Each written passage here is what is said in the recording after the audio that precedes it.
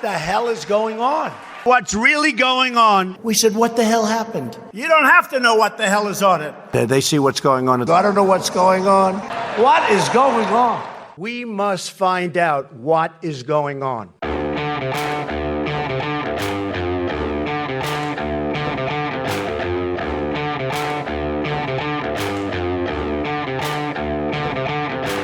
Hi, I'm Dany and I'm Marc. Welcome to our still somewhat new podcast, What the Hell is Going On? Well, today we've got a topic that's a little bit more solemn and serious, though everything we talk about is serious because it's foreign policy and it's our national security. But we're talking about the rise of anti-Semitism, both here in the United States and across the world. And what precipitated this whole discussion is that this summer I went to Poland, and I went with my 91-year-old mother who fought in the 1944 Warsaw Uprising, and we went for the 75th anniversary ceremonies commemorating the uprising, and I took all my kids, and we decided to go down to Krakow after the ceremonies were over to visit Auschwitz. And we reached out to the director of the Auschwitz-Birkenau State Museum to interview him to talk about this problem of the rise of anti-Semitism. And you were able to join us through the wonders of modern technology from, where were you? I think I was somewhere in Italy. So we did an interview with him, and it's a really interesting interview. And it came just before the controversy with Representatives Omar and Tlaib, where Israel denied them visas. But we did talk to him about some of the anti-Semitic comments that members of Congress have been making and this rise of anti-Semitism on both the left and the right in the United States and across Europe. So what you'll hear from him is, cautiousness. He doesn't like to be too political, and I think that's the right choice on his part. Absolutely. But let me just step back a second and say, what a hero your mom is. Makes my voice break. Uh-huh. And so I'm really grateful that she was there and that you went and did this. I really am. It was an amazing visit because I was able to take my kids. What's amazing about Warsaw is that, so this was for people who are not familiar with the history of the Warsaw Uprising, this was a battle where the Polish underground rose up and took back the city from the Nazis for 63 days before the Nazis came back and crushed them and destroyed 80% of the city. And my mother fought in this uprising. She was a 16-year-old girl at the time. She was a courier, carrying orders, running across barricades, avoiding German and Nazi sniper fire. And she was one of the few who survived it. And I wanted her grandchildren to go because I wanted them to see what real heroism is like, what real sacrifice was like. It is amazing to me. And yeah, it's true. We can overstate it because so many creeps have a voice through Twitter and through social media. But the stats are very clear, and we'll talk about them a little bit after we air this interview with the director of Auschwitz, but the statistics are clear. It's not just our perception in social media that anti-Semitism is back. It is a phenomenon that we're seeing across Europe. It is a phenomenon we're seeing in the United States, and it is to me utterly repulsive. Let's just give a couple of stats. We can discuss them further after the interview. But, this is a CNN poll earlier this year. More than a quarter of Europeans polled believe Jews have too much influence in business and finance. Nearly 1 in 4 said Jews had too much influence in conflict and wars across the world. 1 in 5 said they had too much influence in the media, and the same number said they believe they have too much influence in politics. And a third of Europeans in the poll said they knew little or nothing about the Holocaust. Here at home in the U.S., 1 in 5 millennials had never heard of the Holocaust. Half could not name a single concentration camp. And 45% of American adults failed to do so. Well, shame on us. Truly, that's a failure of our education system. That's a failure of our culture. That's a parenting problem, a school problem. And it breaks my heart. It really does. Well, we have with us today, through the miracle of modern technology, a man who has done his level best to make sure that the memory of the Holocaust is not forgotten. So to introduce you to the director and his history, he was born in 1972 in Warsaw, but he grew up in Switzerland because his father was a solidarity activist and he was in exile. He's a medieval historian and is a participant in Polish-Jewish and Christian-Jewish dialogues and a member of the Polish Council of Jews and Christians. He's been the chairman of the Auschwitz State Museum since 2006, so he's dedicated a large part of his life to this. He also serves as the chairman of the Auschwitz Auschwitz-Birkenau Foundation, which he co-founded, and is co-founder and chairman of the Society of Preservation of Memorial Sites, so not just Auschwitz, but all the different memorial sites. And he's written 8 books on Auschwitz, so he's really dedicated his life to keeping alive the memory of those who lost their lives in the Holocaust. His name is Piotr Cywinski, and we interviewed him in the SS headquarters of the Auschwitz-Birkenau State Museum. Here's our interview. All right, so we are here at the Auschwitz concentration camp museum with Director Chevinski, who is the head of the foundation that supports his mission here.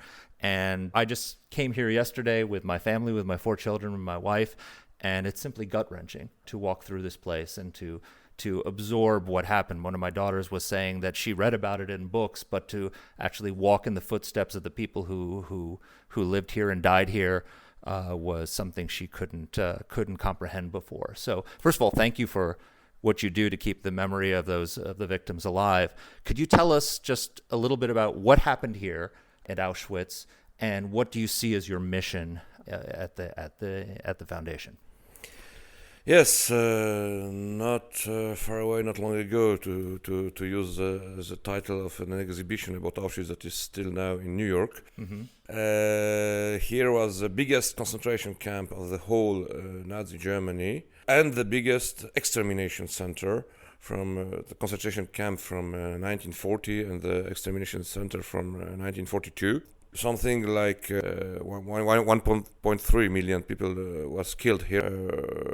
Let's say it becomes, after the war, let's say the main symbol for the whole Holocaust and the whole system of the concentration camps in the whole occupied by Germany, Europe. It becomes a symbol, it becomes, let's say, a warning for generations. And now, of course, it's more and more difficult because the survivors are not so numerous, and they are passing away very, very quickly. Now they are all something like 19 years old or something like this.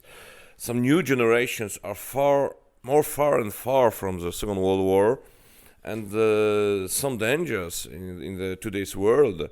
Some new difficulties, some new racism, antisemitism, xenophobia is not only still remaining, but is still developing. I have the impressions in many countries. So I think that the message of this authentic site, of this history, the words of warning of the survivors are still very, very important. Maybe more important than it was some times ago. This teaching is not a teaching about the history, about the past only. The remembrance is not a way to looking on the past. It's a way to understanding the today's difficulties, the today's dangers, and to imagine a different future. Of course, it's not easy because the tasks are different. The text seems to be different, even if the same old antisemitism, xenophobia is still here. It's still here in many countries. The fear about the others, let's say, Syrians running to Europe or Mexicans running to United States is the same story. Let's say the fear about the others just because they are others. It's something that can very, very quickly turn to some dramatic situation, especially when it is used by politicians in a very populistic way. And we are now living in many countries in a new populistic era, and this is something that I think very dangerous and very I wonder why it is that you believe, particularly on this question of anti-Semitism, why it is that you believe that it has returned. As you rightly say, you can never have 100% success, but the success rate is dropping, and anti-Semitic incidents, anti-Semitic politics, anti-Semitic feelings are rising in Europe for sure, but also in the United States. Do you have a feeling for why? I think there are different reasons. There are some political reasons due to the difficulties of Israel in the Middle East, of course. This is very clear. But also there is some, let's say, liaison to be done between the anti-Semitism as a part of a general xenophobic and or racist ideologies that are growing now at that time. And I think it's a teaser. It's not it's something that has to be discussed, of course. But I think that we are living now under a very impressive acceleration of the civilization, let's say, in technical things, in spiritual sense, in cultural sense, in the liaison between individuals and the society, individuals and the soil, communications. Let's say everything is moving very, very quickly. And I have the impression that people are disoriented, are stressed by this. They can't imagine what will be in 10 years. And that provoked, let's say, a sort of clothing of those of people on themselves, a growing up of many types of xenophobia, and among them, of course, anti-Semitism. That is, unfortunately, until now, one of the first easy explanation of all the illness of the world. Yes, the Jews are responsible. This is something crazy. We were thinking that it was completely abolished after the war. We were thinking that it's something coming from the past, from the medieval times or something like this, and this arrived to an end. But however, it isn't. And to that problem, we can add another problem that is more and more deep, that people are completely not interested, let's say, to what's going on in the world. 2 years ago, there was a genocide, according to the Raphael Lemkin definition and the United Nations definition, in Burma. The Rohingya people were destroyed, or they have to run to Bangladesh. Nothing happened, completely nothing. Yes. Politically, nothing. In the media, nearly nothing. In the civil society, completely nothing. This is something new. At the time of Rwanda, 20 years ago, 25 years ago, people were shocked that, oh, somebody is killing somebody, and we do not act. This was the reaction 25 years ago. Now it's even not that. Nobody do nothing, and nobody is shocked about this. So we are living really in some very difficult times, and I think we have to change something in our education, maybe in our way to communicate about those crises, about those situations, about those xenophobia ideology, before it will be really too late. And in Syria, you have hundreds of thousands of people being killed, and with poison gas, not in gas chambers, but with poison gas attacks. No, you can speak about Syria, but look now at the Central or East Central Africa, in the post-Congo space, the Sudan and the Cameroon. In Cameroon, you have some hate speeches, politically hate speeches, like in Germany over 30 years. You know, really, we are more and more, let's say, disinvolved. It is more and more difficult to us, to our societies, to imagine that they can do something. And if you think about the righteous among the nations at the time of the Holocaust, those who saved the Jews, those few people who saved the Jews at that time, they do not. They didn't, I don't know, some protest songs. They did not wrote some letters. No, they just helped one or two people, one or two neighbors. It is very easy to help one or two people today in the world, because we are living in free countries. There's no war in Europe. There's no war in the United States. We really can do more than it was possible during the war. Why we do not? I don't know, but it's a really global and very strong ethical problem for our societies. One of the things that surprises me when I hear you talk about this is that you bring together anti-Semitism with a general rise in xenophobia. At least in the United States, what you see is that actually the two don't go together. You see a lot of anti-Semitism that actually goes along with people who want to have more immigrants in the United States. It's a specifically hostile attitude toward Jews. That's also, frankly, a characteristic of, for example, the Labour Party in the UK. Much more open to immigration, much more open to integration, but much more hostile to Jews. So if I can take you back to this problem of anti-Semitism and some of the numbers that we see of hostility toward Jews, the CNN poll that Marc talked about, with respondents in Europe saying that they thought the Jews had too much power and too much influence. This sounds like the 1930s. Where do you see the roots of that? Let's say, of course, all the faces of racism are different in a way, and the anti-Semitism is certainly something very, very special because of his completely different roots. You have the Christian roots of the anti-Semitism coming from really centuries and centuries before. You have some new roots that are coming from, let's say, late 19th or early 20th century. This image, this stereotype of a Jew that is a capitalist, that is organizing, let's say, the power, that is detaining the real power in our societies. It's something that appears, of course, in the United States, but also in Europe. It's still not disappear, for sure. And it's still very, very present in the North Africa or the Middle East, in the Muslim countries. So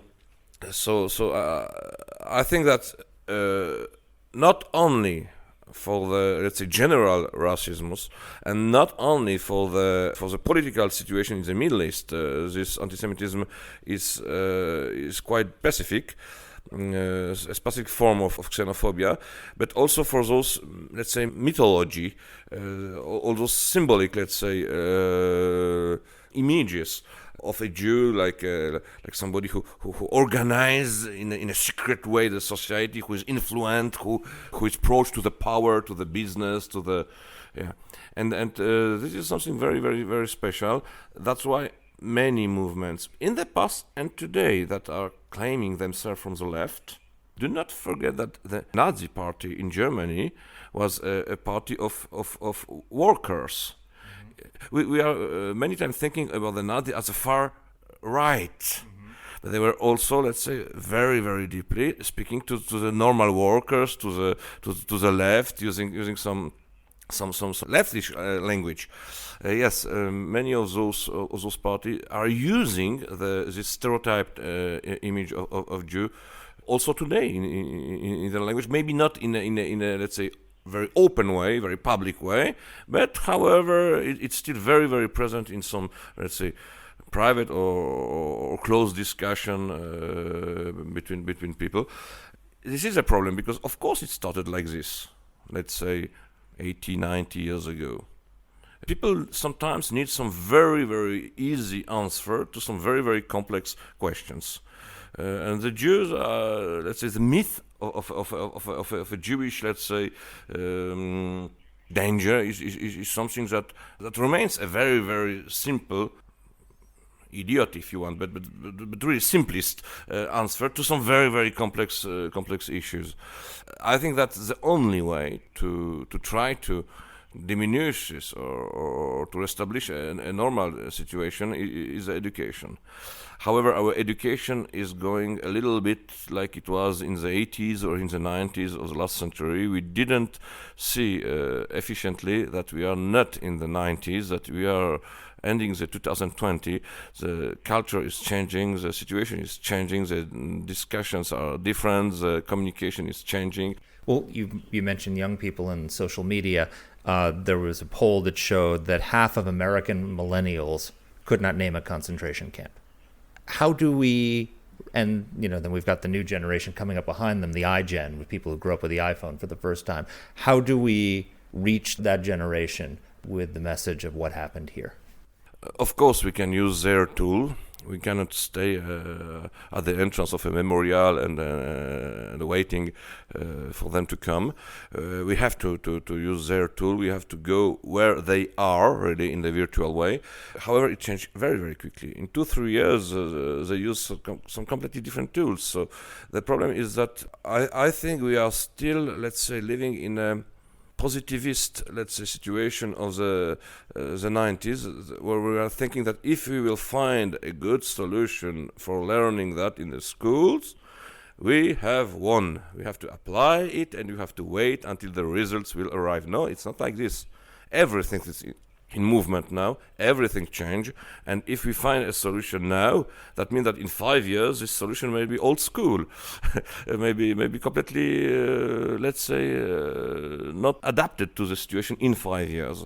But this is the main difficulties: how to not be only reactive, but to be active in a world in movement, in a so quick movement. I remember 20 years ago, in the main newspapers in the United States, in Europe, during the weekend editions, there was some long analysis about the culture, about the civilization, about politics, what it will be, where we go. It took 4 hours to read entirely a newspaper on Saturday, let's say 20 years ago. Now, it disappeared completely. It completely disappeared. Nobody is able to analyze the situation for the next 10 years. So how can we be active and not reactive in this situation without learning about the Holocaust, without learning about the dangers of the genocides, about the dangers of anti-Semitism, xenophobia? It is really very, very difficult. I do not see now, today, any serious think tank that is able to say what will be the main evolution for the next 5 years. And this is the biggest problem now. One of the things that you hear a lot is that anti-Semitism and anti-Zionism or anti-Israel thinking are different things. But increasingly, I believe, and I know that others believe, that in fact they are really the same thing, that a lot of hostility towards Israel is not rooted in actual Israeli behavior, but is actually simply masking anti-Semitism. Help us sort out this problem a little bit, because it's a big problem in politics. I'm totally agree with you. It's completely not true to say that anti-Zionism or anti-Israelism is something different than anti-Semitism. It's the same old story with some different words. But if you are speaking with somebody who is defending some anti-Israeli ideologies, maybe not in the first minute, maybe not in the second minute, but in the third minute, you will find the same old story accusing Jews of every bad things in the world. So it's really the same, let's say, gust with some different appearance, but only in the first 2 minutes. For me, that's very, very clear. I never saw any anti-Israeli theory that was not anti-Semitic.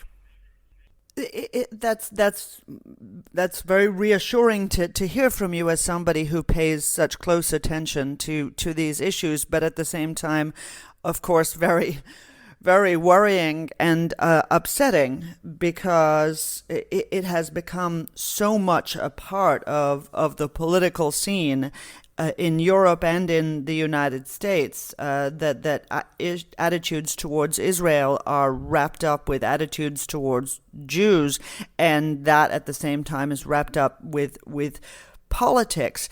How do we fight this? How do we stop politicians from, for example, talking about Israelis behaving like Nazis? It is very, very difficult to do something against some ideas like this in times of growing populisms. Very difficult because from one side, those politicians are answering that they are only saying what people wanted to listen to, what they are thinking. They are just responding, let's say, to the mass of the electors. Now, of course, this is one problem. The second problem is that today, any single, let's say, expression of a politician, any single, let's say, statement is disappearing after 6 hours. Anything that you can say, any insult you can, it's living during 6 hours, not more, on Twitter or I don't know, in some internet media, and after it's passed, nobody remember. There are many sentences that we can hear today from the political, let's say, world that would completely stop any political career 30 or 40 years ago. If somebody would tell something like this, it would be the end, completely the end of his political career. Now, it's a question of 2 days, maybe, of troubles. And this is something terrible, because that means that there's no more responsibility with the words. You can tell everything, you can say everything, you can do everything, maybe, because if you can say everything, that means you can do everything, are the consequences. And this is, I think, one of the biggest problem of our societies, of our times, that the sense of responsibility maybe not disappear, but diminished very, very deeply.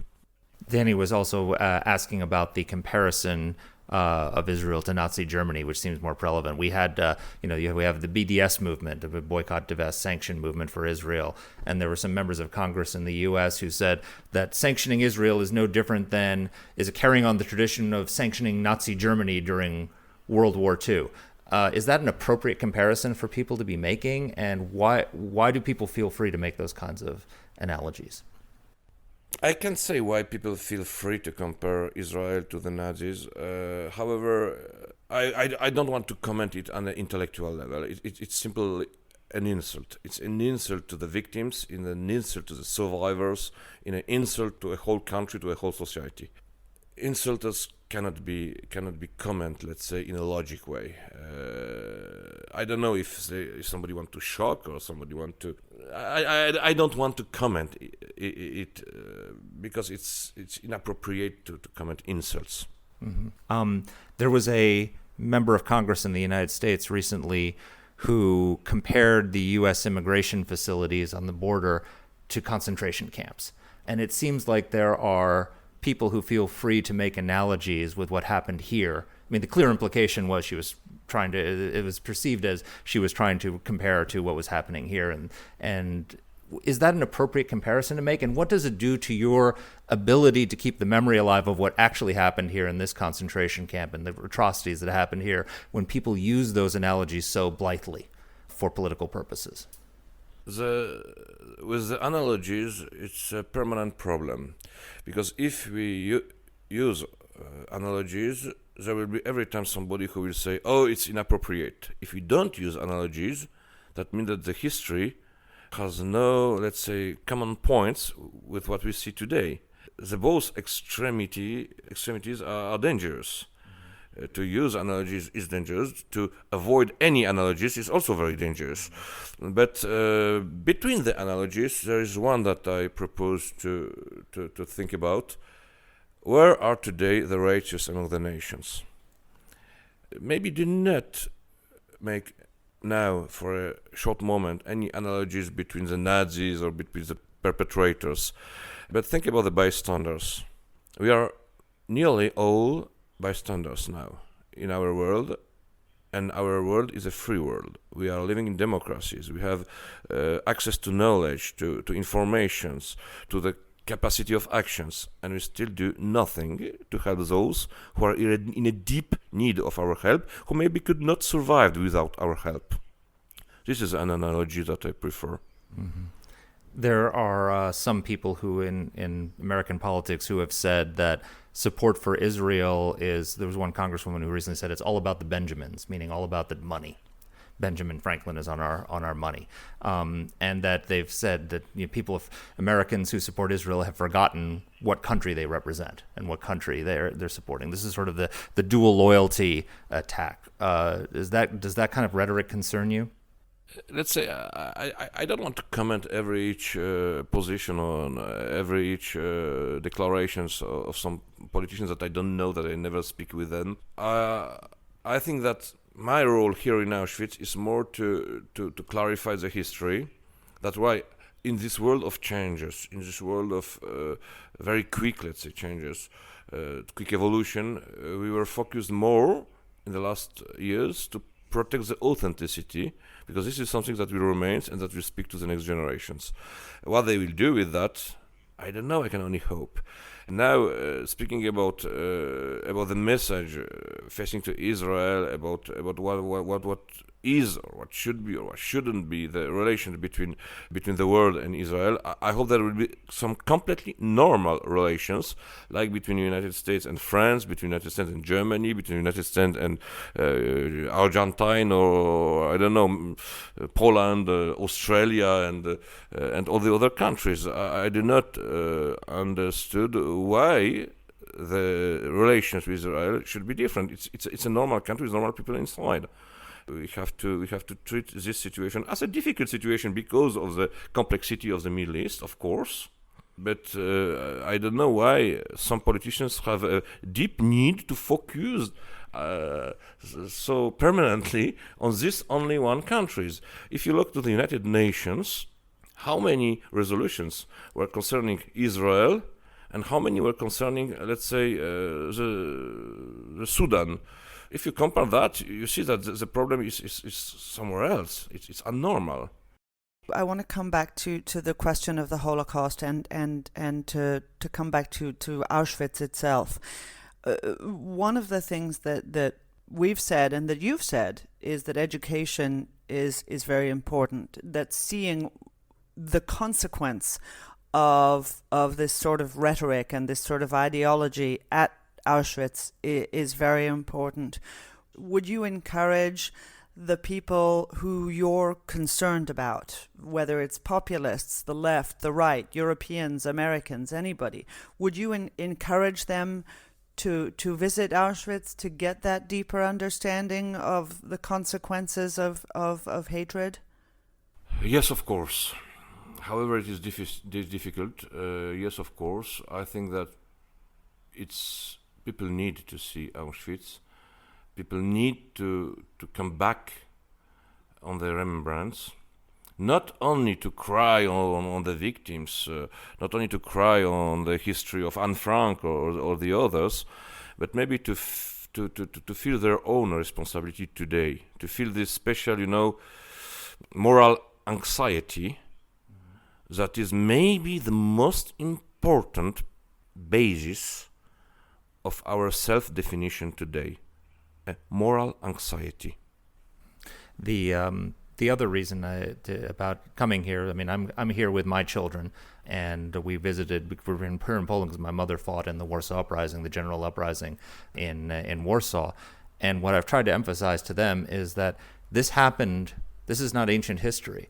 This happened within the lifetime of your grandparents and of your family, and How worried are you that something like this can happen again? That we as we forget this history, that it can repeat itself? Now, today, it will be, I think, really easier than in the 30s. The technology is going so far quick away that now it will be certainly easier than in the 30s. Dany, you have any closing questions or anything else you want to add? I don't have any more questions for the director. I really thought that his question that he asked, where are the righteous among the nations now? I thought that was a hugely important question, and I'm very grateful to hear it. Thank you. Thank you so much for taking the time to speak with us. Thank you so much. All right, we're back. That was a very moving interview, I thought. And first of all, how wonderful that this man has dedicated his life to keeping alive the memory of the Holocaust, because as we discussed at the beginning, so many people still have forgotten about it or don't know about it or were never taught about it.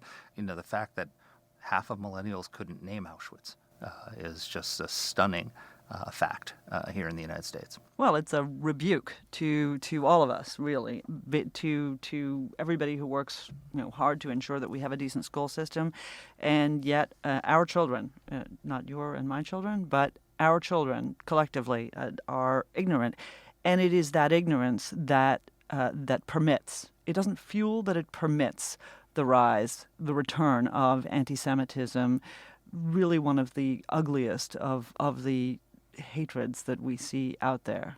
And it's interesting. So the polls show that anti-Semitic attitudes are not necessarily on the rise, that the number of people who express anti-Semitic attitudes has stayed pretty consistent. What seems to be increasing are anti-Semitic incidents, that people who are anti-Semitic feel emboldened for some reason, feel able to go ahead and carry out anti-Semitic harassment in a way that we haven't seen in a long time. Why do you think that is? Well, I think that there's an environment in which people feel at once isolated and in another way emboldened. And we have this conversation about a lot of different fringe phenomena. The place where I think people have sort of become unhinged is this desire to blame it all on Donald Trump. And, this is not a political phenomenon. This is a phenomenon of hatred. Does Donald Trump do a good enough job in condemning those who are haters? No, he really doesn't. And Charlottesville was obviously the sort of great example of that. But I don't think it takes a Donald Trump to embolden these people. Well, social media and everything has amplified all sorts of fringe groups, not just anti-Semites. Right. But it gives a voice and an opportunity for people. It used to be in the olden days, you had to, if you were a fringe person, you wanted to communicate. Like if you're a LaRouche or something like that, you had to have a mimeograph and a letter list. Remember getting those? I do. know. And so now you can send this stuff out, through the internet, and you can reach other people, and they've got the dark web and all sorts of their own forums like 8chan. Let's talk a little bit about the political side of this, because there's been a lot of news about this since the interview. Since the interview, where Congresswoman Ilhan Omar and Rashida Tlaib were supposed to go to Israel. Israel decided not to let them in. There's been a lot of controversy about that decision, and also there's this debate about anti-Semitism on the left, anti-Semitism on the right. You pointed out about how Trump probably hasn't done a good enough job, though I think he did after this last shooting. It was much better response than the one in Charlottesville. He got no credit for his forceful response. But there is anti-Semitism on the right and on the left. I think there's a fundamental difference, though, Dany, which is that on the right, it manifests itself in people marching, with skinheads marching in Charlottesville chanting, "Jews will not replace us." On the left, it manifests itself on the floor of the House of Representatives. It manifests itself in the halls of power. At the leadership of the Labour Party in the UK. Yes. So you have members of Congress, elected members of Congress in these two congresswomen who are virulent anti-Semites. And the Democratic leadership of the House of Representatives could not bring themselves to condemn clearly in the case of Representative Omar. But I mean, Tlaib, she advocates a one-state solution. And she doesn't mean Israel. She advocates that, and these people advocate the economic destruction of the state of Israel, which, let's keep true to our original purpose of this, was created so that the Holocaust never happens again. So that the Jewish people would have a homeland, and they could defend themselves, and that they would not be at the mercy of other countries. Okay, so I have unbelievably, to all of you who know me, a nuanced view about this. Many won't see it that way. But look, I think first of all, I think what Donald Trump did was appalling. I think the notion that you go to another country and you plot with a foreign government against an American elected member of Congress it's unconscionable. I'm sorry. It's wrong. Back on this in a second, but go ahead. It's wrong. It really is. I was horrified when Barack Obama sent his campaign advisor to go to try to work with the Israeli left to defeat Bibi Netanyahu. Not because I love Bibi, but because what the hell, right? To use our theme. Yeah. I don't think they made the right choice. I think the Israelis, in responding, also made the right choice. You are respecting the institution. Rashida Tlaib and AOC and Ilhan Omar are a stain on that institution, an embarrassment to their party and to the Congress, but they are still members of Congress and they were elected by the American people legitimately, and the Israelis should not have barred them. But I have a coda to this. Okay, so well, you can tell me why I'm wrong, but let me finish, and then you can tell me why that's wrong too. But I want people to know, and I said this on NPR this weekend. I want people to know who invited Tlaib and Omar. Oh my God, folks! I don't know if you've read about this, Mark. Miftah, the organization that invited them. David French had a good article. He did. He had a great article. It's open in front of me on my phone so that I remember the details of it. Yep. Right? Miftah is an organization that publicized the blood libel. Oh, the Jews bake the blood of Christian children into their matzah to celebrate Passover. Yes, they had that there.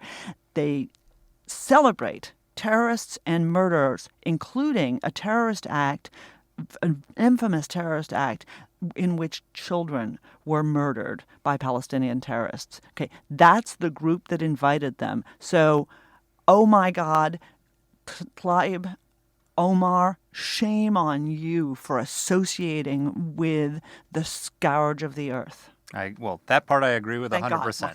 So we generally agree that that Israel should have let them in, but for different reasons. I think they wanted Israel to bar them, because if you think about what they did, they introduced this BDS resolution supporting the boycott of Israel. They knew that there was a law in Israel that allowed Israel to bar people who support the boycott movement. And then they announced their trip to Israel, not with a congressional delegation, but with this awful anti-Semitic group. They wanted this because it gave them a platform to attack Israel. They would win. They win no matter what. Netanyahu and Trump had no reason to play their game. Okay, but hold on. So I agree that I don't buy the outrage. These people advocate the boycott of Israel. What's wrong with Israel boycotting them? You can't have it both ways. I understand why Israel doesn't want to invite people who advocate the destruction of the state of Israel through economic means. And the reality is, I saw Senator Tim Kaine tweeted out, Netanyahu, reverse your Muslim ban. I'm sorry, it's not a Muslim ban. It's an anti-Semite ban. It is not a Muslim ban. There are lots of Muslims. And there are lots of countries, by the way, that have hate laws and that ban actual anti-Semites. David Irving, who is an infamous Holocaust revisionist who said the Holocaust never happened, has been banned from places like the United States, from Australia, from various European countries. So, I mean, you make a very interesting case. And one other point is that the problem is not that Israel barred members of Congress from coming to Israel. The problem is that we have anti-Semite members of Congress. We have people who are saying that support for Israel is all about the Benjamins and using the dual loyalty tropes and talking about a one-state solution for destroying Israel. I'm sorry, I don't have a moral I think it was a strategic mistake to not allow them in because it gave them more of a platform they would have had and more people are talking about it than if it had been otherwise. But there's nothing wrong with Israel making this decision. Well, I think Israel is in a difficult position and in a unique position in the world, and it relies very heavily on the goodwill of the United States Congress, and it should be.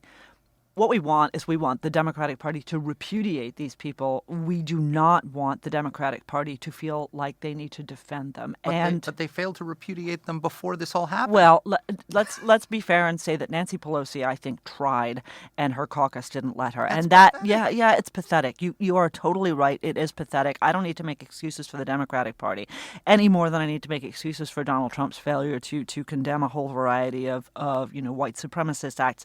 But it is weird to me, to come back to this overall, it is weird to me that we spend all of this time talking about enabling white supremacy, and yet we spend very little time talking about the rise of Jew hatred on the left. I don't get that. I'm perfectly happy to talk about the danger of people who think that we should be an all-white nation, ridiculous things like that. I don't understand why the institutionalization of anti-Semitism on the left has not been more of a scandal among Democrats. We have, 7 members of Parliament, Labor resigned from the Labor Party. Mm-hmm. I think it was 7. Several. Certainly several. Where are those people? Where are those people in the Democratic Party who say, unless you do something about this, I'm not part of this party anymore? When Congressman Steve King was when he made these comments supporting white nationalism, what the Republicans did? They kicked him off of all of his committees and basically excommunicated him. Right, and Liz Cheney has repeatedly gone after him and said, you need to go away. Ilhan Omar is a member of the House Foreign Affairs Committee setting policy on Israel. A virulent anti-Semite, unrepentant, is sitting on that committee. Why have they not kicked these people off of their committees? Why are they allowing these people to function? And how dare they defend them after this whole incident? Look, amen. I can't disagree with you. I can't disagree about that. I think it's a scourge. And by the way, not just are they unrepentant, but on the weekend after the whole Israel admittance controversy popped up, both Tlaib and Omar use social media to share a nasty anti-Semitic cartoon written by a guy who came in number 2 in Iran's There Was No Holocaust contest. I mean, Kidding. No, one of the things that depressed me the most about our interview was the director's suggestion that, it used to be that this would cause you to be ostracized from society, Yes. these kinds of statements, and now it's 2 or 3 days and you're back in the saddle again. Yep. He was totally right, and it is our job, yours and mine, and all of our 14 listeners out there We have at least 15. to ensure that we do a better job, that we do actually ostracize, that we name, that we shame, and that we shame those who facilitate this, because that is ultimately the story of the Holocaust. The story of the Holocaust is not just the Nazis. The story of the Holocaust is all those who made it easy for the Nazis to commit the genocide, to kill the millions of Jews, to kill the millions of dissidents, to kill all of the victims, all of the groups that they hated, those who made it easy for them. And we have to be stalwart in ensuring that we don't make it easy for anybody. The analogy he ended the interview with, I thought, was really moving, which is we had talked about people drawing analogies to the Holocaust and to kind of Auschwitz inappropriately. And he said, the analogy I prefer is the analogy of the bystanders. Where are the righteous of nations today? When people come to this camp, I want them to think not just, oh, how terrible what happened to the people who died here is, though we need to remember them. We need to think about the bystanders, because in a way, in our own little ways, we are all bystanders today. That's right. Don't be a bystander, folks. Amen. Let me just say one last word of particular thanks to Sarah Bloomfield, who facilitated our introduction. Sarah's the director of the Holocaust Museum, which is itself an amazing experience and a wonderful piece of work. So thanks especially to her for helping us make this happen. And thank you, Mark, for going there and witnessing. It was an amazing experience. Bye, folks. Our team here at AEI is Alexa Santry, Matt Weinset, Jen Moretta, and Macy Heath. Let us know what topics you'd like us to cover. You can get in touch with the show by emailing us at whatthehell@aei.org. Or you can reach us on Twitter. I'm at @dpletka. And I'm at Mark Thiessen. That's Mark with a C. Please rate and review the podcast. If you like the show, please subscribe, share it, comment on Apple Podcasts, or wherever you're listening to this. Thanks for listening.